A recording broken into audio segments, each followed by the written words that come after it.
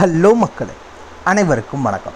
இன்றைக்கி நம்ம ஜாபல சேனலில் எதை பற்றி பார்க்க போகிறோம் அப்படின்னு பார்த்தோன்னா, பல வருஷம் கழித்து நம்ம தமிழக அரசு மருத்துவமனைகளில் ஒரு மாபெரும் வேலைவாய்ப்பு, அதாவது பர்மனன்ட் கவர்மெண்ட் ஜாபுக்கு குரூப் பி மற்றும் குரூப் சிக்கான வேலைவாய்ப்புகளுக்கு ஆட்களை தேர்ந்தெடுக்கிறாங்க. நீங்கள் எல்லோரும் எதிர்பார்த்த எல்லா வேலைவாய்ப்புகளும் இது இருக்குது. மொத்தம் பார்த்திங்கன்னா 16 விதமான பதவிகள் இருக்கிறதா அஃபிஷியலாக அனௌன்ஸ் பண்ணியிருக்காங்க. அதை பற்றின ஃபுல் டீட்டெயில்ஸும் இந்த வீடியோவில் நம்ம பார்க்கலாம். ஸ்கிப்பாக நம்ம ஃபுல்லாக பாருங்கள், அப்போ தான் முழுமையான தகவல் என்ன அப்படிங்கிறத உங்களால் தெரிஞ்சுக்க முடியும். பர்மனன்ட் கவர்மெண்ட் ஜாப் மட்டும்தான் இது, டெம்பரவரியோ கான்ட்ராக்ட் பேசிஸெல்லாம் கிடையவே கிடையாது.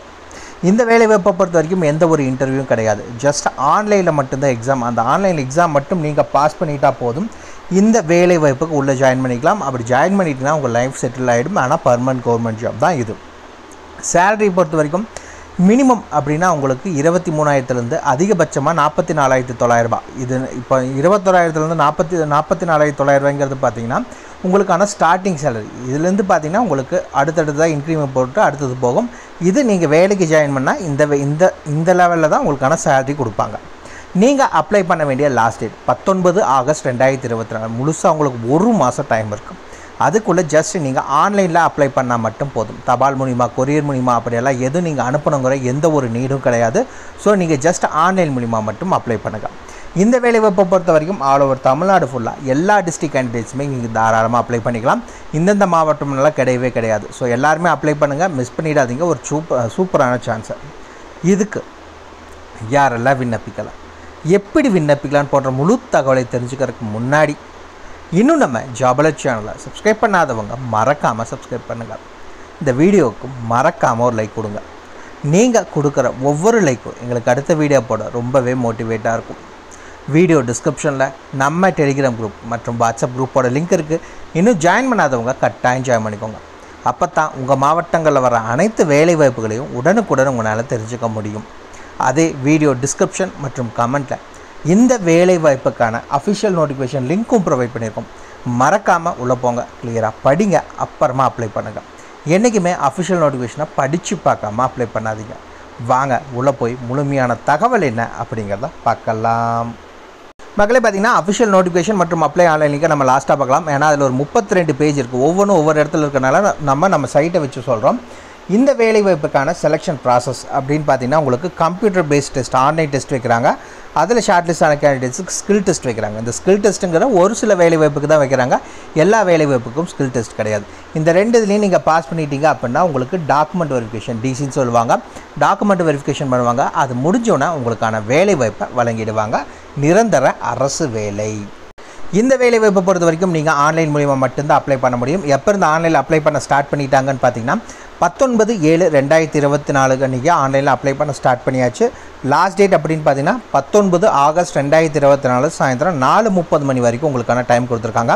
அதுக்குள்ளே நீங்கள் அப்ளை பண்ணிக்கலாம். அதுக்கு மேலே வந்துச்சு அப்படின்னா அப்ளை பண்ண முடியாது. ஸோ அதுக்கு முன்னாடி எவ்வளோ சீக்கிரம் அப்ளை பண்ண முடியுமோ அப்ளை பண்ணிக்கோங்க. உங்களுடைய ஹால் டிக்கெட்டை பார்த்தீங்கன்னா 2/9/2024 அன்றைக்கி டவுன்லோட் பண்ணிக்கலாம்னு சொல்லியிருக்காங்க. அதே மாதிரி உங்களுக்கான எக்ஸாமினேஷன் எப்போ நடக்கும், ஆன்லைன் எக்ஸாமினேஷன் அப்படின்னு பார்த்தீங்கன்னா 14 செப்டம்பர் 2024 அன்றைக்கி உங்களுக்கான எக்ஸாமினேஷன் முடிக்குது. சரிங்களா? எப்போ எக்ஸாமினேஷன் முதற்கொண்டு சொல்லிட்டாங்க. ஸோ அப்ளை பண்ணுறவங்க இப்போ இருந்தே படிக்க ஆரம்பிச்சுக்கோங்க. ஃபஸ்ட்டு என்னென்ன வேலைவாய்ப்புகள், அதுக்கான சம்பளம் எவ்வளோ அப்படிங்கிறத பார்த்தலாம். ஃபஸ்ட்டு என்ன வேலைவாய்ப்பு அப்படின்னு பார்த்தீங்கன்னா junior translation officer, junior occupational therapist, junior medical laboratory. இது மூணுக்குமே பார்த்தீங்கன்னா 35,400 உங்களுக்கான மாத சம்பளம் வழங்குறாங்க. Nursing officer, tutor in speech and pathology and audiology. இது இரண்டுக்கும் பார்த்தீங்கன்னா 44,900 உங்களுக்கான சம்பளம் வழங்குறதா அஃபிஷியலாக அனௌன்ஸ் பண்ணியிருக்காங்க. அண்ட் தென் பார்த்தீங்கன்னா எக்ஸ்ரே டெக்னீஷியன், அதில் radio therapy, radio diagnosis, and then பார்த்தீங்கன்னா டெக்னிக்கல் அசிஸ்டன்ட் எலக்ட்ரானிக்ஸ், சைக்காலஜி படித்தவங்க, அண்ட் தென் பார்த்தீங்கன்னா டெக்னிக்கல் அசிஸ்டன்ட் நியூக்ளியர் மெடிசன். இந்த 4 வேலைவாய்ப்புக்கும் பார்த்தீங்கன்னா உங்களுக்கான சம்பளம் அப்படின்னு பார்த்தீங்கன்னா 35,400 உங்களுக்கான ஆரம்ப சம்பளம் வழங்குறாங்க. அண்ட் தென் பார்த்தீங்க அப்படின்னா அனஸ்தேஷியா டெக்னீஷியன் மற்றும் ஆடியாலஜி டெக்னீஷியன், இந்த 2 வேலைவாய்ப்புக்கும் 25,500 உங்களுக்கான சம்பளம் சொல்லியிருக்காங்க. ஜூனியர் அட்மினிஸ்ட்ரேட்டிவ் அசிஸ்டன்ட் 19,900 உங்களுக்கான சேலரி. ஃபார்மாசிஸ்ட் மற்றும் லெபார்டரி டெக்னீஷியன், இந்த 2 வேலைவாய்ப்புக்கும் பார்த்தீங்கன்னா 29,200 மாத சம்பளம் வழங்குறதா அறிவிச்சிருக்காங்க. ஸ்டெனோகிராஃபர் கிரேட் 2 மற்றும் கார்டியாலஜி டெக்னீஷியன், இந்த 2 வேலைவாய்ப்புக்கும் பார்த்தீங்கன்னா 25,500 உங்களுக்கான சம்பளம் வழங்குறதா சொல்லியிருக்காங்க. இந்த வேலைவாய்ப்புகளுக்கான வயது குவாலிஃபிகேஷன்ஸ் என்ன அப்படிங்கிறத பார்த்தலாம்.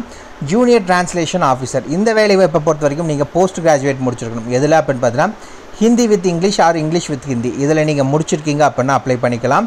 அப்படி இல்லை அப்படின்னா இங்கிலீஷ் வித் ஹிந்தி அந்த மாதிரி நீங்கள் வந்து படிச்சிருக்கவங்க அப்ளை பண்ணிக்கலாம். அதில் ஏதாவது ஒரு சப்ஜெக்ட் நீங்கள் பார்த்தீங்கன்னா ஹிந்தி வித் இங்கிலீஷாக இருந்தாலும் சரி நீங்கள் படிச்சுக்கலாம். கூடவே பார்த்தீங்கன்னா இந்த வேலைவாய்ப்புக்கு நீங்கள் டிப்ளமோ கம்பல்சரி டிரான்ஸ்லேஷனுக்கு நீங்கள் முடிச்சிருந்தீங்க அப்படின்னா ஜூனியர் டிரான்ஸ்லேஷன் ஆஃபீஸருக்கு நீங்கள் அப்ளை பண்ணிக்கலாம். இரண்டாவது என்ன வேலைவாய்ப்பு அப்படின்னு பார்த்தீங்கன்னா ஆக்குபேஷனல் தெரபிஸ்ட். இந்த வேலைவாய்ப்பை பொறுத்த வரைக்கும் நீங்கள் டிகிரி முடிச்சிருக்கணும். எதில் அப்படின்னு பார்த்தீங்கன்னா ஆக்குபேஷனல் தெரப்பியில் முடிச்சிருக்கவங்க அப்ளை பண்ணலாம். கூடவே 2 வருஷம் எக்ஸ்பீரியன்ஸ் வேணும். அப்படி இல்லை அப்படின்னா டிப்ளமோ பார்த்தீங்கன்னா ஆக்குபேஷனல் தெரபிஸ்ட்டில் நீங்கள் முடிச்சிருக்கீங்க அப்படின்னா நீங்கள் இந்த வேலைவாய்ப்புக்கு நீங்கள் அப்ளை பண்ணுறதுக்கு எலிஜிபிள் அப்படிங்கிறத அறிவிச்சிருக்காங்க. மூணாவது என்ன அப்படின்னு பார்த்தீங்கன்னா மெடிக்கல் லெபார்ட்ரி டெக்னாலஜிஸ்ட்டுக்கான வேலைவாய்ப்பு. இதுக்கு நீங்கள் கிராஜுவேட் மெடிக்கல் லெபார்ட்ரி சயின்ஸ் படிச்சிருக்கணும். அப்படி இல்லை அப்படின்னா மெடிக்கல் லெபார்ட்ரி டெக்னாலஜி படிச்சிருக்கணும். அப்படி இல்லை அப்படின்னு பார்த்தீங்கன்னா எம்எல்டி டிகிரி பார்த்தீங்கன்னா பிளட் பேங்கிங்கில் நீங்கள் படிச்சிருக்கீங்க அப்படின்னா இந்த வேலைவாய்ப்புக்கு அப்ளை பண்ணுறதுக்கு எலிஜிபிள். அதுக்கு அடுத்தது என்ன வேலைவாய்ப்புக்கு அப்படின்னு பார்த்தீங்கன்னா நர்சிங் ஆஃபீஸர். இந்த வேலைவாய்ப்புக்கு நீங்கள் பிஎஸ்சி பார்த்தீங்கன்னா ஹான்ஸ் நர்சிங் படிச்சிருந்தாலும் சரி இல்லை பிஎஸ்சி நர்சிங் படிச்சிருந்தாலும் சரி அப்ளை பண்ணுறதுக்கு எலிஜிபிள். அப்படி இல்லை அப்படின்னா பிஎஸ்சி போஸ்ட் சர்டிஃபிகேட் இல்லை போஸ்ட் பேசிக் பிஎஸ்சி நர்சிங் முடிச்சிருக்கீங்க அப்படின்னா இந்த வேலைவாய்ப்புக்கு அப்ளை பண்ணிக்கலாம். அதுவும் இல்லை அப்படின்னா DGNM diploma in general nursing and midwifery படிச்சிருக்கீங்க அப்படின்னா இந்த வேலைவாய்ப்புக்கு நீங்கள் அப்ளை பண்ணுறதுக்கு எலிஜிபிள். மினிமம் 2 இயர்ஸ் எக்ஸ்பீரியன்ஸ் வேணும் அப்படின்னு சொல்லியிருக்காங்க நீங்கள் டிப்ளமோ படிச்சிருந்தா. அண்ட் தென் பார்த்தீங்கன்னா tutor speech in pathology and audiology. இந்த வேலைவாய்ப்பை பொறுத்த வரைக்கும் நீங்கள் போஸ்ட் கிராஜுவேட் முடிச்சிருக்கணும். எதில் அப்படின்னு பார்த்தீங்கன்னா speech and language pathology or ஆடியாலஜியில் படிச்சிருக்கலாம். அப்படி இல்லைன்னா degree in speech and language pathology or ஆடியாலஜியில் நீங்கள் படிச்சிருக்கீங்க அப்படின்னா அப்ளை பண்ணிக்கலாம். போஸ்ட் கிராஜுவேட்டுக்கு எந்த எக்ஸ்பீரியன்ஸும் தேவையில்லை. இதே நீங்கள் டிகிரி தான் படிச்சிருக்கீங்க அப்படின்னா மினிமம் 3 இயர்ஸ் உங்களுக்கு எக்ஸ்பீரியன்ஸ் வேணும் அப்படிங்கிறத சொல்லியிருக்காங்க. அந்த என்ன வேலைவாய்ப்புக்கு அப்படின்னு பார்த்தீங்கன்னா எக்ஸ்ரே டெக்னீஷியனுக்கான வேலைவாய்ப்பு. இந்த வேலைவாய்ப்பை பொறுத்தவரைக்கும் எக்ஸ்ரே டெக்னீஷியனுக்கு நீங்கள் பிஎஸ்சி ரேடியேஷன் டெக்னாலஜி படிச்சிருந்தாலும் சரி இல்லை பிஎஸ்சி ரேடியோகிராஃபி டெக்னாலஜி படிச்சிருந்தாலும் சரி நீங்கள் அப்ளை பண்ணிக்கலாம். 2 வருஷம் மினிமம் எக்ஸ்பீரியன்ஸ் வேணும் அப்படிங்கிறத சொல்லியிருக்காங்க. அண்ட் தென் பார்த்தீங்கன்னா ரேடியோ டெக்னாலஜி ரேடியோ டயக்னோசிஸ் இந்த வேலைவாய்ப்புக்கு நீங்கள் பிஎஸ்சி ரேடியோகிராஃபி அல்லது மெடிக்கல் இமேஜிங் டெக்னாலஜி படிச்சிருக்கீங்க 3 வருஷம் கோர்ஸ் அப்படின்னா அப்ளை பண்ணிக்கலாம்.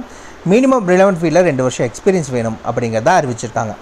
அந்த என்ன அப்படின்னு பார்த்தீங்கன்னா டெக்னிக்கல் அசிஸ்டன்ட் எலக்ட்ரானிக்ஸ். இதுக்கு நீங்கள் வந்து இன்ஜினியரிங் படிச்சிருக்கணும். எதில் அப்படின்னு பார்த்தீங்கன்னா எலக்ட்ரானிக்ஸ் ஆர் எலக்ட்ரிக்கல் இன்ஜினியரிங் படிச்சிருந்தால் அப்ளை பண்ணிக்கலாம். டிகிரி அதாவது பிஇ படிச்சிருந்தீங்க அப்படின்னா உங்களுக்கு எந்த எக்ஸ்பீரியன்ஸும் தேவையில்லை. இதே நீங்கள் டிப்ளமோவில் பார்த்தீங்கன்னா எலக்ட்ரானிக்ஸ் அண்ட் எலக்ட்ரிக்கல் இன்ஜினியரிங் படிச்சிருக்கீங்க அப்படின்னா 2 வருஷம் எக்ஸ்பீரியன்ஸ் வேணும் அப்படிங்கிறத சொல்லியிருக்காங்க.